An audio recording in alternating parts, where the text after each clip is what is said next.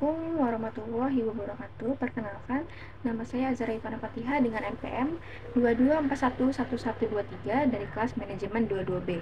Di sini saya ingin menjelaskan materi mengenai mengetahui dan memahami pentingnya pengembangan sumber daya manusia dengan subjudul pertama, pengembangan manajemen. Pengembangan manajemen juga dikenal sebagai pengembangan manajemen. Pengembangan manajemen adalah program yang dirancang untuk meningkatkan efektivitas manajer saat ini dan mempersiapkan mereka untuk bertanggung jawab di masa depan. Hal ini bertujuan untuk mengembangkan keterampilan konseptual, interpersonal, dan teknis untuk meningkatkan kinerja pekerjaan di masa sekarang dan masa depan. Program ini juga diperuntukkan bagi para manajer saat ini, namun juga bagi para manajer personal karena mereka mungkin tidak memiliki keterampilan yang diperlukan untuk mengelola orang lain meskipun memiliki kualifikasi akademis dan teknis. Selanjutnya, teknik-teknik pengembangan manajemen. Pertama, pelatihan di tempat kerja. Teknik ini melibatkan pembelajaran sambil melakukan pelatihan. Kedua, pelatihan di luar pekerjaan. Teknik ini melibatkan pembelajaran di luar tempat kerja. Ketiga, pembinaan dan pendampingan. Teknik ini melibatkan pemasangan manajer dengan mentor atau pelatih berpengalaman yang dapat memberikan bimbingan, umpan balik, dan dukungan. Keempat, pembelajaran tindakan. Teknik ini melibatkan pemecahan masalah dunia nyata dalam kelompok. Kelima, bermain peran. Teknik ini melibatkan simulasi situasi kehidupan nyata untuk membantu manajer mengembangkan keterampilan, pengambilan keputusan, pemecahan masalah, dan komunikasi. Keenam, pemodelan perilaku.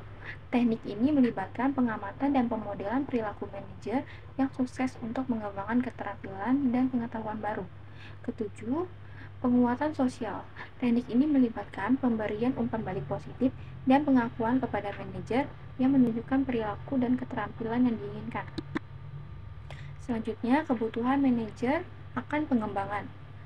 Manajer dalam pengembangan bisnis memerlukan beragam keterampilan dan pengetahuan untuk secara efektif mengidentifikasi dan memenuhi kebutuhan organisasi mereka, mengidentifikasi peluang dan masalah, prinsip bisnis dan manajemen, layanan dan kepuasan pelanggan, penjualan dan pemasaran, pembelajaran dan pengembangan, negosiasi, perencanaan dan pembelajaran dan pengembangan, pengembangan organisasi. Selanjutnya, pengembangan organisasi. Pengembangan organisasi adalah suatu proses direncanakan dan sistematis untuk meningkatkan kinerja organisasi.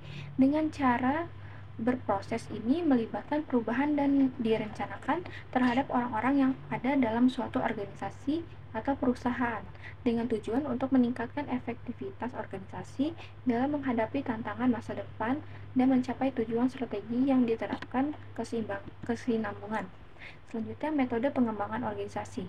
Pertama, pembentukan tim merupakan salah satu metode pengembangan organisasi dengan mengembangkan perilaku kelompok.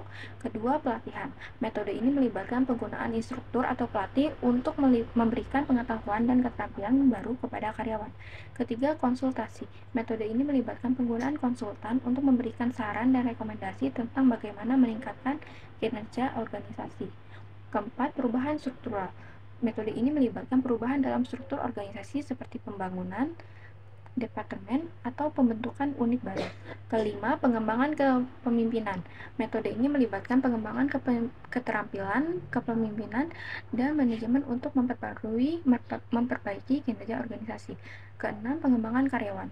Metode ini melibatkan pengembangan keterampilan dan pengetahuan karyawan untuk meningkatkan kinerja mereka dan memperbaiki kinerja organisasi secara keseluruhan.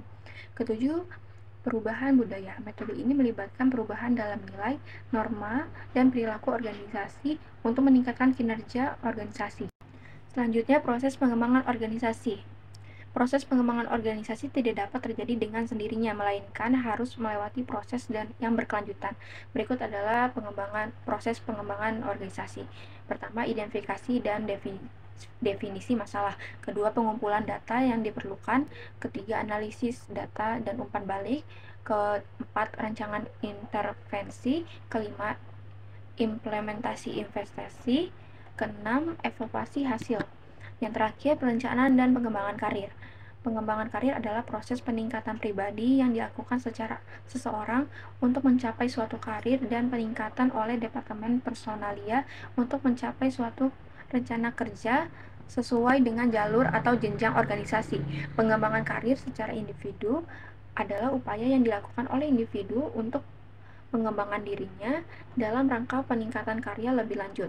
Pengembangan karir secara organisasional adalah upaya yang dilakukan oleh organisasi dalam merencanakan karir karyawannya yang disebut sebagai manajer karir, antara lain merencanakan, melaksanakan, dan mengawasi karir. Sekian penjelasan saya mengenai mengetahui dan memahami pentingnya pengembangan sumber daya manusia. Saya akhiri.